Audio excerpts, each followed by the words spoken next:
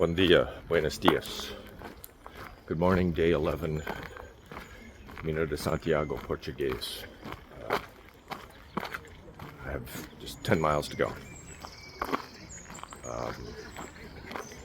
And lots of peregrinos already out on the trail.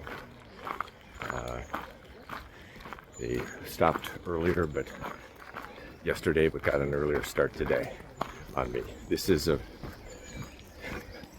very common theme in my trekking. I go later, get up later, and get started later. Anyway, moving on.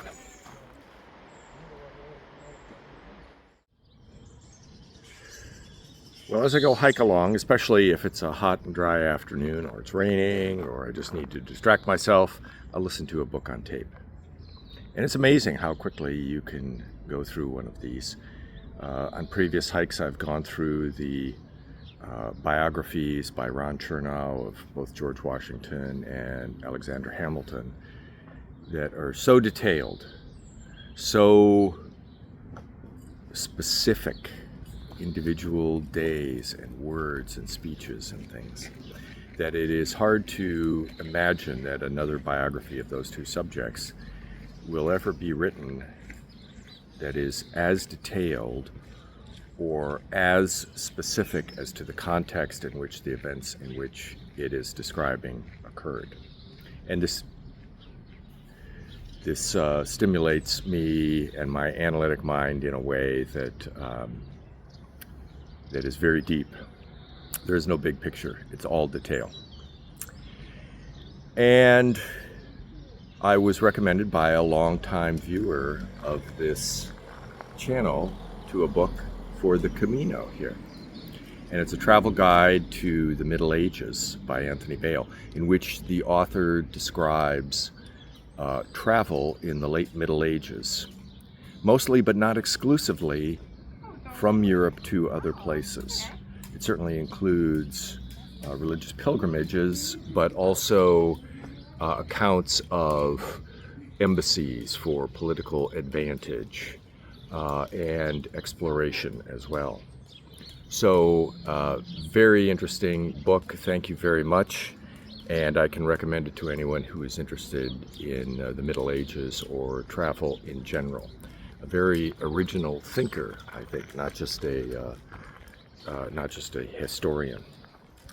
But the author brought out something in his fairly short discussion of the Camino de Santiago about what the Camino is and what its symbology is even.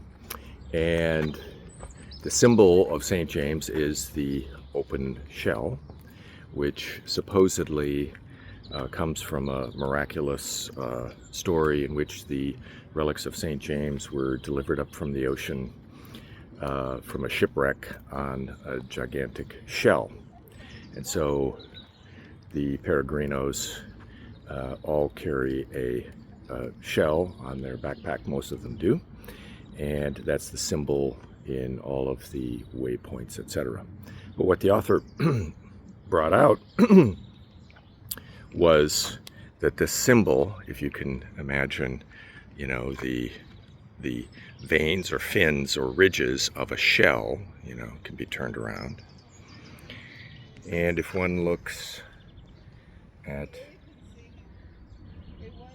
the symbol here, the veins, which one can imagine the different routes coming in from Germany, France, England,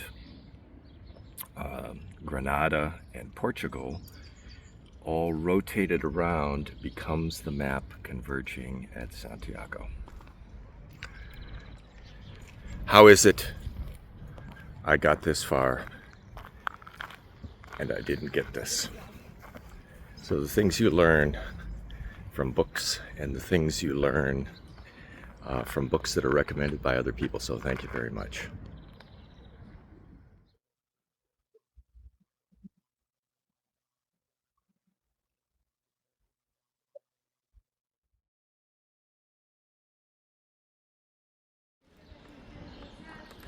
This is the chapel of St. Mary Magdalene, and the lady out front said, go around the back, you get the first view of the cathedral, which I believe is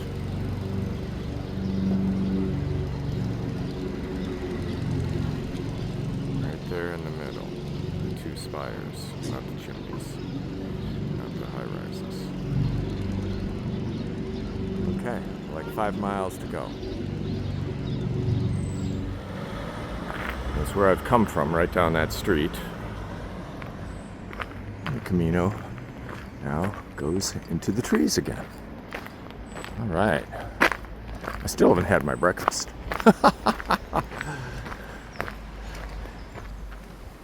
And as we're getting closer, so 4.278 kilometers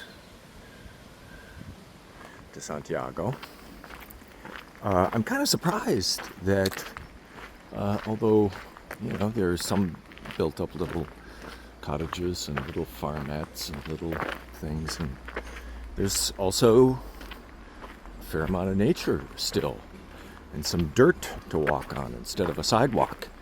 I'm pleasantly surprised by this.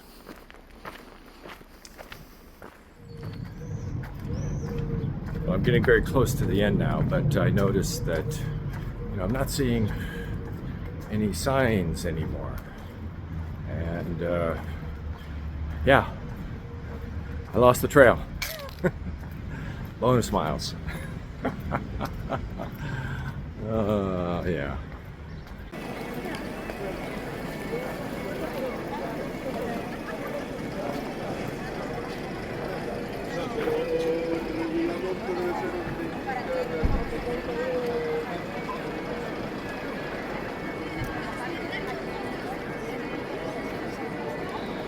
And this is it. And here I am at the destination, the cathedral in Santiago. And, you know, all sorts of emotions come out, and, you know, a sense of accomplishment. I had a pretty easy Camino, you know, it was 11 days, much shorter than some of the others. But it can be a very, very moving, transformative experience for many, many people.